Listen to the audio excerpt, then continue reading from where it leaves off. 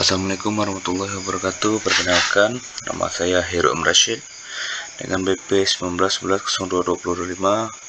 Baiklah, pada kesempatan kali ini saya akan menjelaskan materi tentang obligasi. Pertama, kita masuk ke definisi obligasi. Obligasi atau bond dapat didefinisikan sebagai utang jangka panjang yang akan dibayar kembali pada saat jatuh tempo dengan bunga yang tetap jika ada.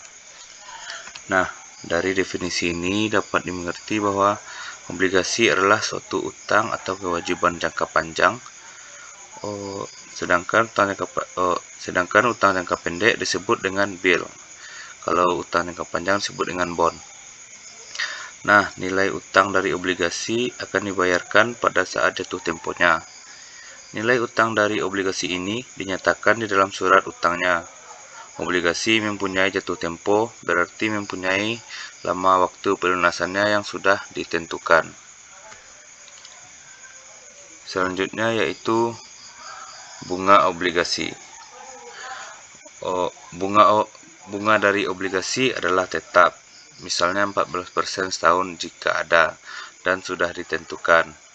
Karena obligasi membayar bunga yang besarnya tetap, maka obligasi dikenal juga sebagai sekuritas penempatan tetap.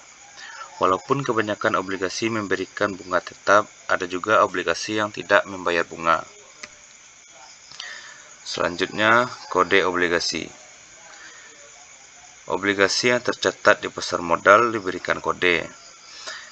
Nah, kode obligasi ini dimaksudkan untuk membedakan satu obligasi dengan obligasi yang lain untuk kepentingan pencarian dan organisasi data di komputer dan untuk menunjukkan karakteristik dari obligasinya.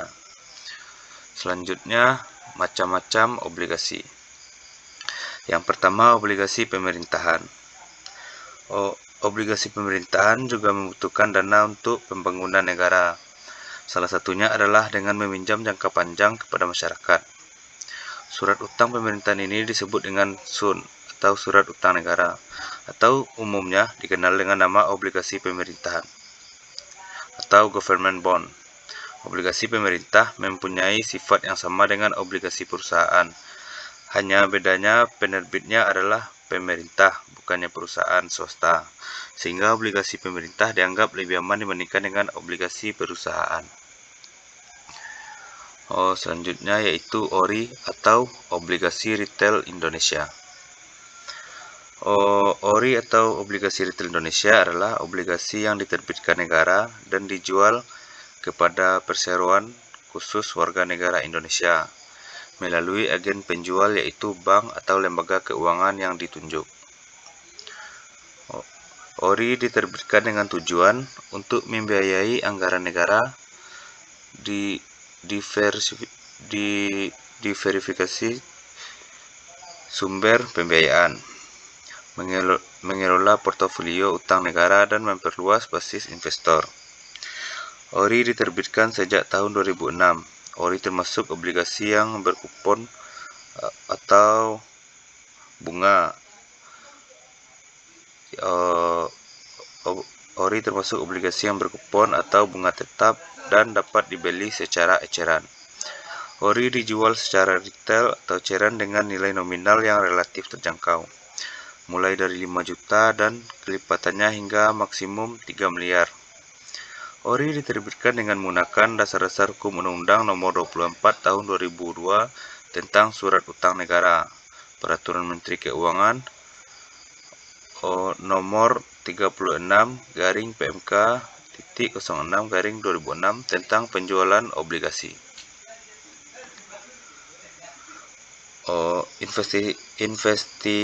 Investasi ORI memiliki beberapa keunggulan. Yang pertama, tingkat bunga yang cenderung lebih tinggi dari tingkat bunga deposito. Yang kedua, risiko investasi ORI relatif kecil. Yang ketiga, ORI cukup liquid dan mudah dicairkan.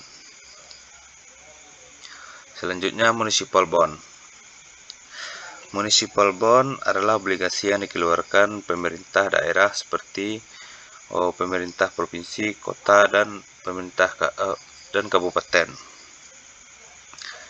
Selanjutnya, obligasi perusahaan. Obligasi perusahaan adalah surat utang jangka panjang yang dikeluarkan oleh perusahaan swasta dengan nilai utang yang akan dibayarkan kembali pada saat jatuh tempo dengan pembayaran kupon atau tanpa kupon yang sudah ditentukan di kontrak utangnya. Selanjutnya, pasar obligasi. Pasar obligasi diperdagangkan di pasar modal, khususnya di pasar obligasi. Di Indonesia, obligasi diperdagangkan di Bursa Efek Surabaya atau BES. Selanjutnya, nilai obligasi. Nilai obligasi yang pertama, nilai maturity obligasi, yaitu nilai yang dijanjikan akan dibayar pada saat obligasi jatuh tempo. Yang kedua, nilai pasar obligasi. Nilai pasar obligasi yaitu nilai jual obligasi yang terdaftar di pasar modal pada saat tertentu. Yang ketiga yaitu nilai intrinsik obligasi. Nilai intrinsik obligasi adalah perkiraan dari sebenarnya dari suatu obligasi.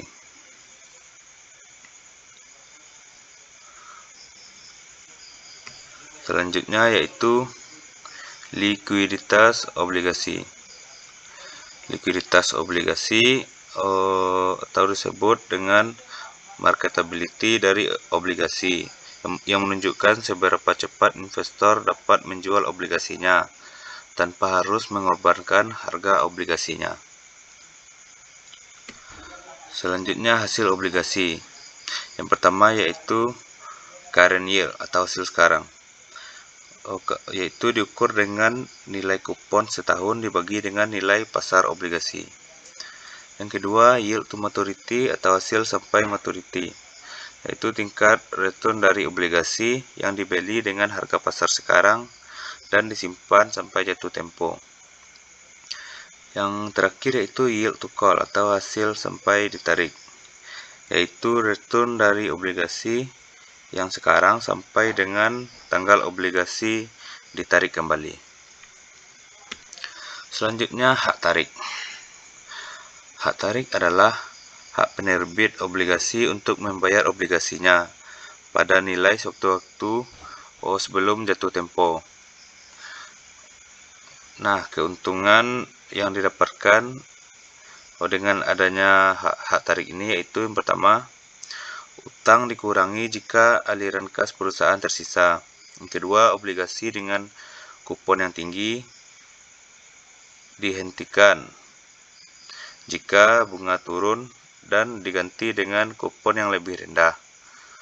Yang ketiga, obligasi murah untuk ditarik kembali. Dan yang terakhir, menyediakan opsi tarik kepada perusahaan dengan gratis.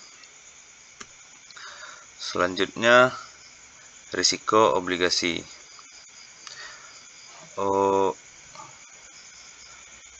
Risiko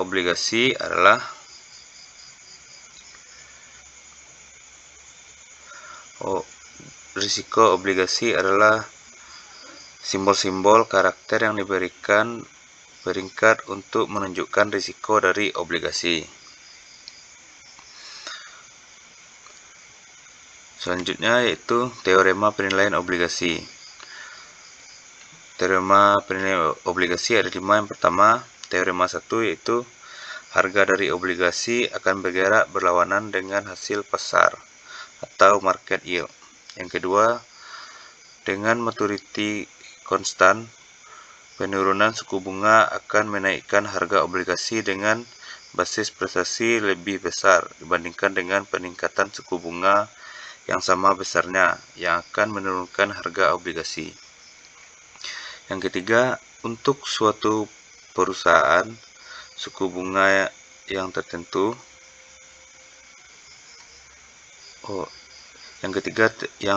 Teorema ketiga yaitu untuk suatu perubahan suku bunga yang tertentu, besarnya perubahan harga obligasi akan berhubungan positif dengan waktu maturity, yaitu semakin lama maturity-nya, maka semakin besar perubahan harga obligasinya.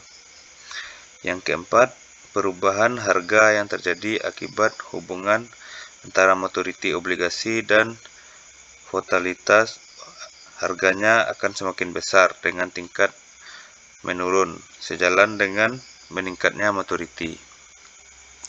Yang kelima, presentasi perubahan harga obligasi akibat dari perubahan suku bunga akan lebih kecil jika tingkat kupon lebih tinggi. Selanjutnya yaitu durasi obligasi. Durasi obligasi itu sebagai pengukur dari umur hidup ekonomis dari suatu obligasi dengan mempertimbangkan semua bentuk dan besarnya aliran kas keseluruhan dari obligasi sampai jatuh tempo. Baiklah, hanya itu yang dapat saya sampaikan dalam materi obligasi saat ini. Saya sudahi. Terima kasih.